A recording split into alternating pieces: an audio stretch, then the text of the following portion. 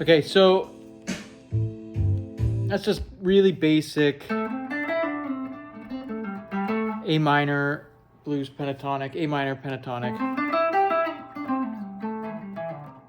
A minor blues pentatonic. Now the thing is, I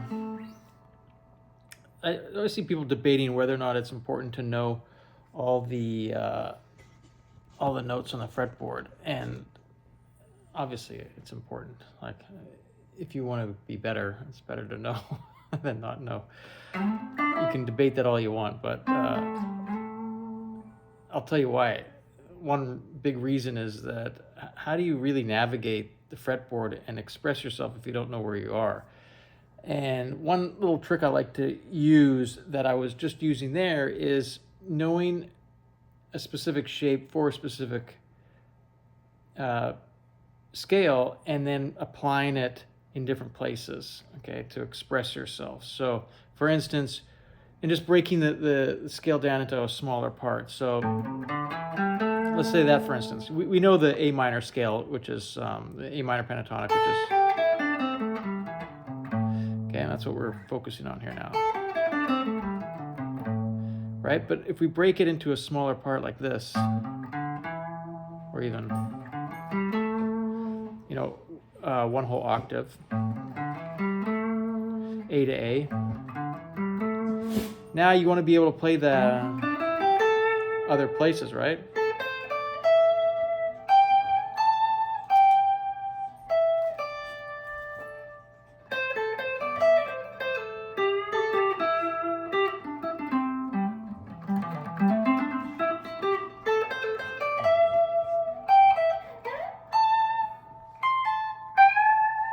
Now you're familiar with this, but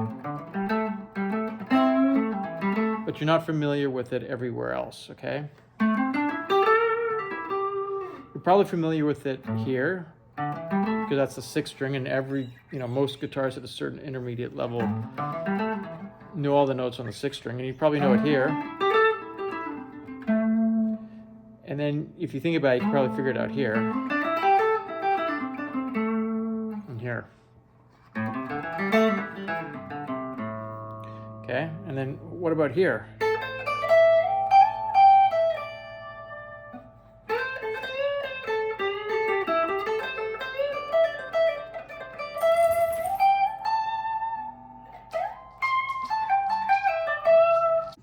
So if you go to the 10th fret on the second string, and there's your A, I suggest you memorize that that's an A.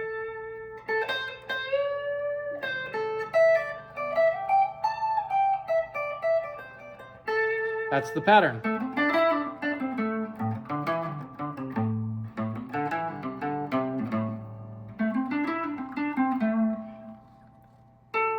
I can't do it here.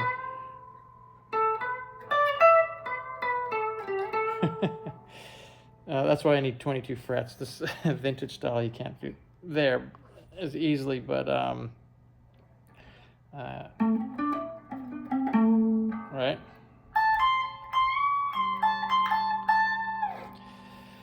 So you can see the value of knowing where all your A's are, because then you can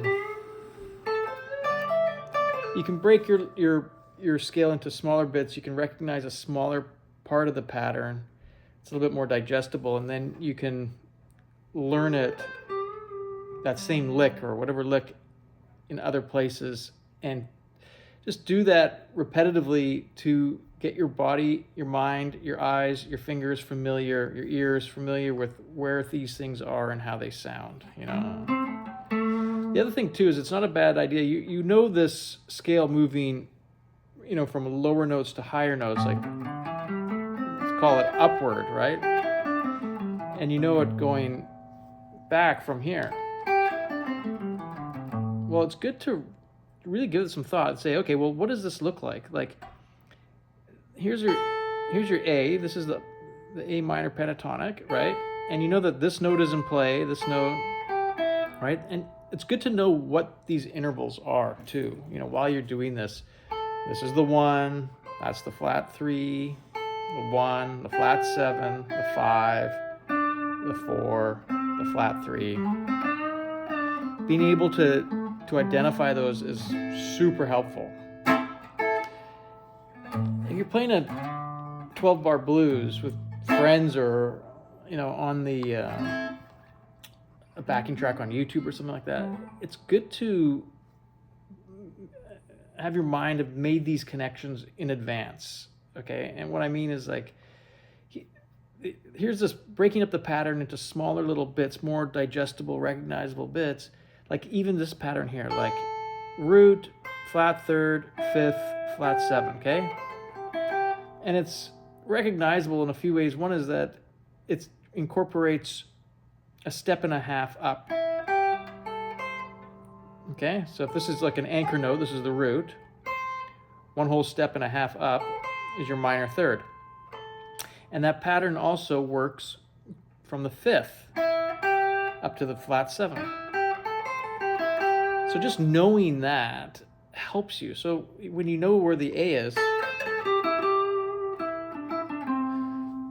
now here you always have to be mindful, you got to really drill this into your head, is that there's a compensation that has to happen between the third and second string, or between the second and third string. And that is that it adjusts because of the way that the guitar is tuned. You have to, when you're traveling upward, okay, upward, because the notes are going up, right, in pitch. That's up. This is low, that's high, okay? This is high, that's low. So you have to drill it into your head that what happens here isn't what happens between these notes here, okay? So this is an E, that's the fifth of A minor, okay? That's a G, that's the flat seven. A is the root, and C is the minor third. So that pattern, just practice that pattern.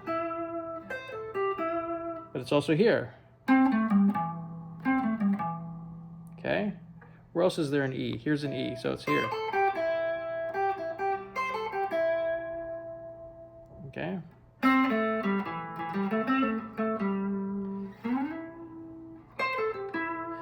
Find them everywhere and practice them.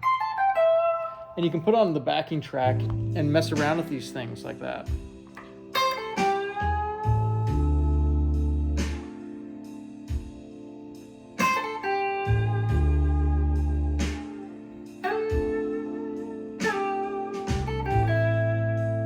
Just those four notes. Plus the notes where you're bending and whatever.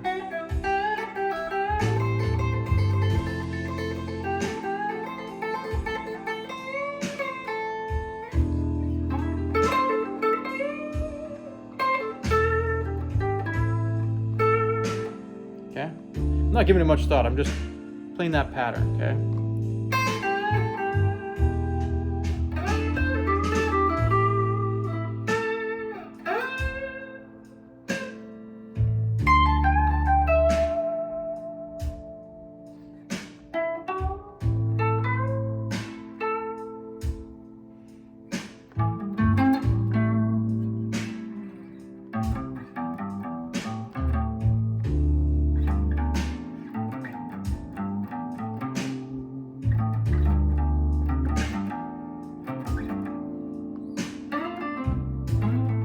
There you go, I made a mistake.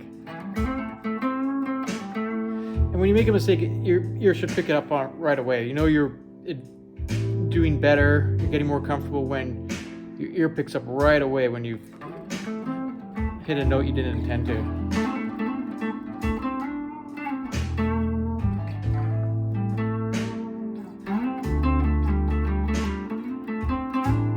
And working your way up the scale like that.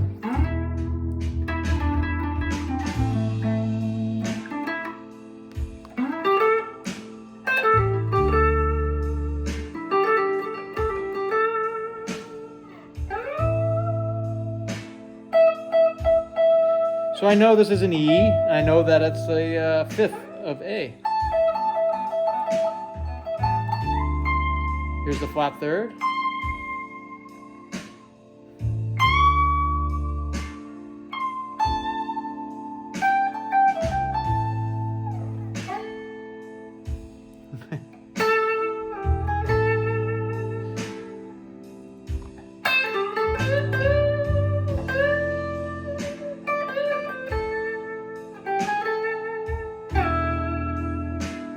hit the 5th there.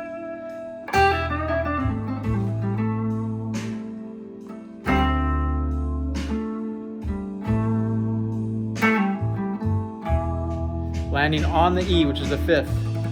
So when you do the turnaround, in blues, when they do the turnaround, you know, the turnaround,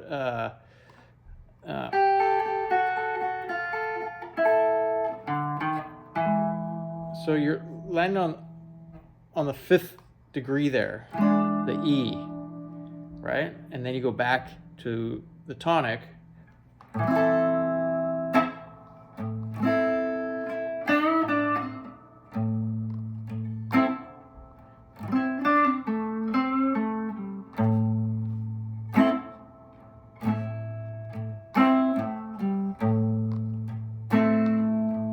Then to the 4,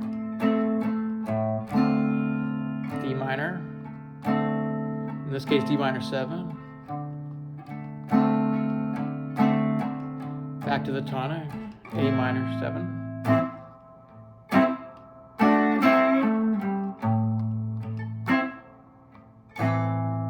and then to the 5 chord. In this case that's a E minor 7, to the 4, D minor 7, A minor 7, the tonic, back to the 5 chord, but we're going to do it as a dominant chord, just as an E7. Okay, so but when you're playing lead lines, you can consider that, and it's safe to land on the E at that final, you know, 2 beats of the last bar. So I'll run through it again here and just...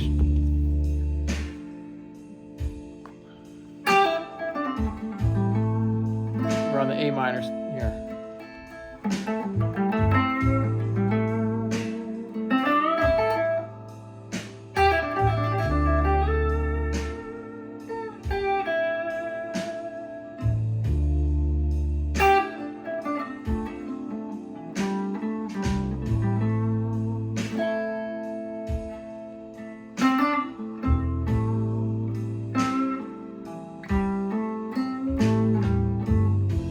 This one goes to it doesn't go to the 5, it goes to F major 7, then to the 5.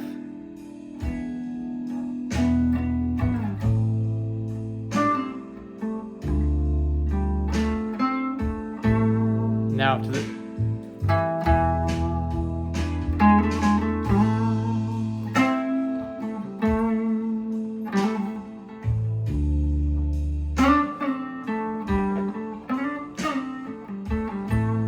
I'm going to incorporate that scale.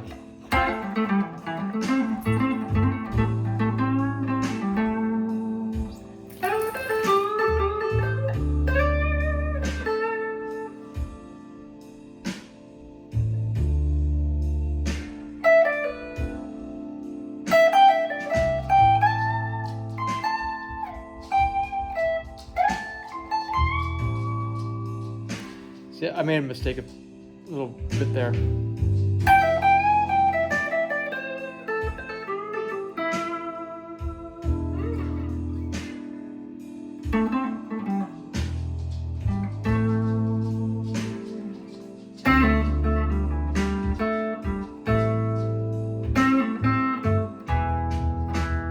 That's an E.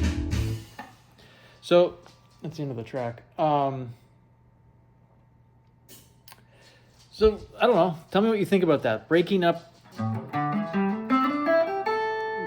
this bigger pattern into smaller digestible bits and then incorporating them in other places and just practicing that way and getting familiar either over a backing track or a metronome is advisable. But you know, part of it is just recognizing where these notes are and their relationship, you know, to other notes in that area of the fretboard. Okay, and obviously it changes with this the way that the guitar is tuned between the 3rd and 2nd string. So you got to really have that ingrained in your head, and it has to be second nature that when you approach that area that's a thing, right?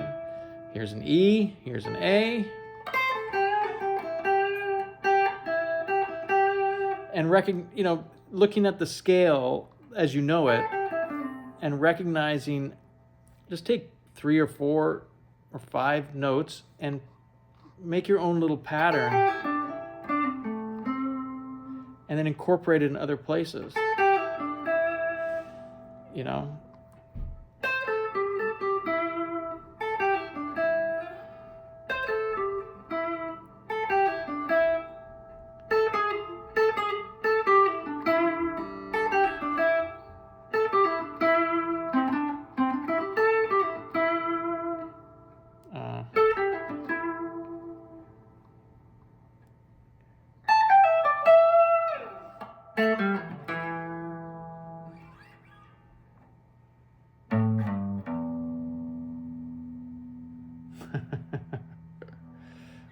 How would you do that?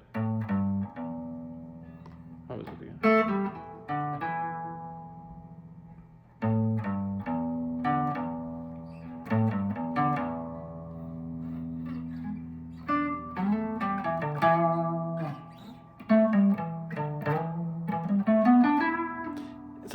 Sometimes you have to work your brain and really give something some thought, and repeat that process for it to really sink in. That's what learning is. And I'm not showing you pictures of the fretboard with dots on it, because I think that if you put your mind to it and create the image in your head, you're creating your own personal anchor, and you're learning this ultimately faster. I know it's a little bit of a hump to get over, you know, using your own visualization, using your own anchor points, but you end up creating your own little nuanced way of understanding the fretboard when you do it that way.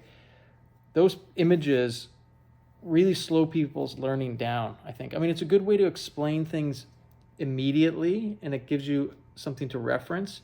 But at some point, you got to kind of give up on those and start learning the intervals and how the intervals relate to each other, and where these patterns repeat, and how you can apply them in different places to gain different sounds, different points of expression, right?